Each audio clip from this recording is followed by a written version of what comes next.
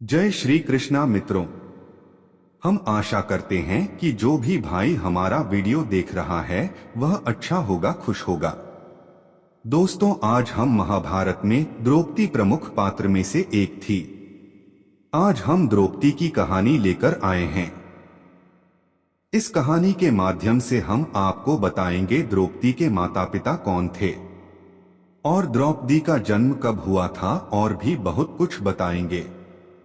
इससे पहले हमारे चैनल को लाइक, शेयर, कमेंट और सब्सक्राइब अवश्य करें और घंटे वाले बटन को अवश्य दबाएं था कि जब भी हम नया वीडियो अपलोड करें वह आप तक पहुंच सके।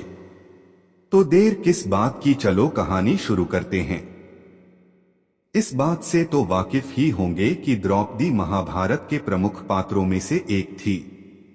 ज्यादातर लोग द्रौपदी को पांचाली के नाम से भी जानते हैं, यानी 5 पांडवों की पत्नी के रूप में भी जानते हैं। द्रौपदी ने हमेशा मुसीबत के समय में भगवान कृष्ण को पुकारा था और भगवान ने उसका साथ भी दिया था। महाभारत की कथाओं के मुताबिक द्रौपदी राजा द्रुपद की पुत्री थीं। महाभारत के मुख्य किरदारों में से एक थीं पांडवों की पत्नी द्रौपदी, जो अग्नि से जन्मी थीं। इन्हीं के अपमान का बदला लेने के लिए महाभारत युद्ध हुआ, जिसमें पांडवों को विजय प्राप्त हुई। द्रौपदी को अपने जीवन में कई बार अपमान और कष्टों का सामना करना पड़ा। कहा जाता है कि उनके दुख से भरे इस जीवन की कामना खुद उनके पिता द्रुपद ने की थी। तो चलिए आज हम आपको इससे जुड़ी कथा के बारे में बताते हैं। द्रौपदी का जन्म। जब पांडव तथा कौरव राजकुमारों की शिक्षा पूर्ण हो गई तो उन्होंने द्रोणाचार्य को गुरु दक्षिणा देना चाहा। द्रोणाचार्य को पांचाल नरेश तथा अपने पूर्व के मित्र द्रुपद के द्वारा किए गए अपने अपमान का स्मरण हो आया और उन्होंने राजकुमारों से कहा, राजकुमारों, यदि तुम गुरु दक्षिणा देना ही चाहते हो तो पांचाल नरेश द्रुपद को बंदी बनाकर मेरे समक्ष प्रस्तुत करो, यही तुम लोगों की गुरु दक्षिणा होगी। गुरुदेव के इस प्रकार कहने पर समस्त राजकुमार अपने अपने अस्त्र शस्त्र लेकर पांचाल देश की ओर चल दिए। पांचाल पहुंचने पर अर्जुन ने द्रोणाचार्य से कहा, गुरुदेव, आप पहले कौरवों को राजा द्रुपद से युद्ध करने की आज्ञा दीजिए। यदि वे द्रुपद को बंदी बनाने में असफल रहे तो हम पांडव युद्ध करेंगे।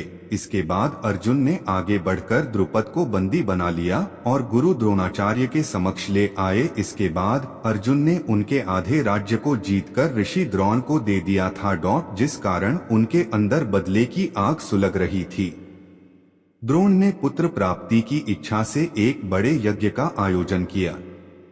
इस यज्ञ से उन्हें पुत्र धृष्टद्युम्न की प्राप्ति हुई, लेकिन इसी यज्ञ से द्रुपद को एक पुत्री की भी प्राप्ति होनी थी, पर द्रुपद अपने लिए पुत्री नहीं चाहता था, इसलिए उसने यज्ञ में आहुति देने से मना कर दिया। लेकिन देवताओं की हट के कारण वह यज्ञ अधूरा छोड़कर नहीं जा पाया। द्रुपद ने बेटी के लिए मांगा था श्राप। क्रोधित होकर द्रुपद अपनी पुत्री के लिए देवताओं से जीवन भर के दुख मांग लेता है।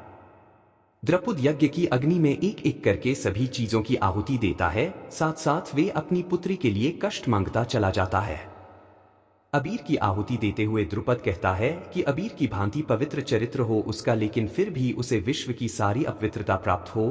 फिर धान की आहुति देते हुए द्रुपद कहता है कि धान की भांति सबको बल दे सके ऐसी शक्ति हो उसके हृदय में, लेकिन ऐसे प्रसंग उसे मिलते रहे जीवन भर जो किसी को भी निर्बल बना दे।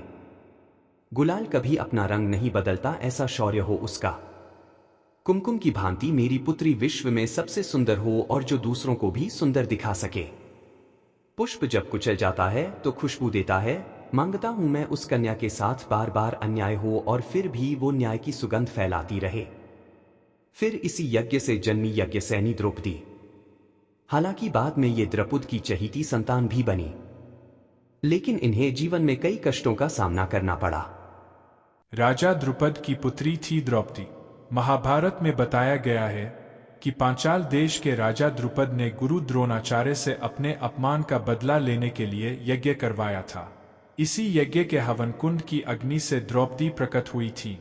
यज्ञ से उत्पन्न होने के कारण ही द्रौपदी को यज्ञसेनी भी कहा जाता है। पांचाल देश की राजकुमारी होने के कारण द्रौपदी पांचाली भी कहलाई। द्रौपदी को आजीवन कौमार्य का वरदान। भगवान शिव से द्रौपदी को आजीवन कौमार्य का वरदान प्राप्त था और द्रौपदी के पूर्वजन्म में मिले शिवजी के आशीर्वाद के कारण ही द्रौपदी पांडवों की पत्नी बनी। महाभारत के अनुसार जब कौरवों ने भरी सभा में द्रौपदी को लज्जित करना चाहा, तब क्रोधित द्रौपदी ने कौरवों के समूल वंश के नाश की कसम खाई थी। यहाँ होती है देवी द्रौपदी की पूजा। दक्षिण भारत के कर्नाटक, आंध्र प्रदेश और तमिलनाडु राज्य के कुछ गांवों में देवी द्रौपदी पूजनीय है। इन राज्यों के गांवों में द्रौपदी को मां काली का अवतार माना जाता है। इन गांवों में अम्मन नाम से देवी द्रौपदी की पूजा की जाती है।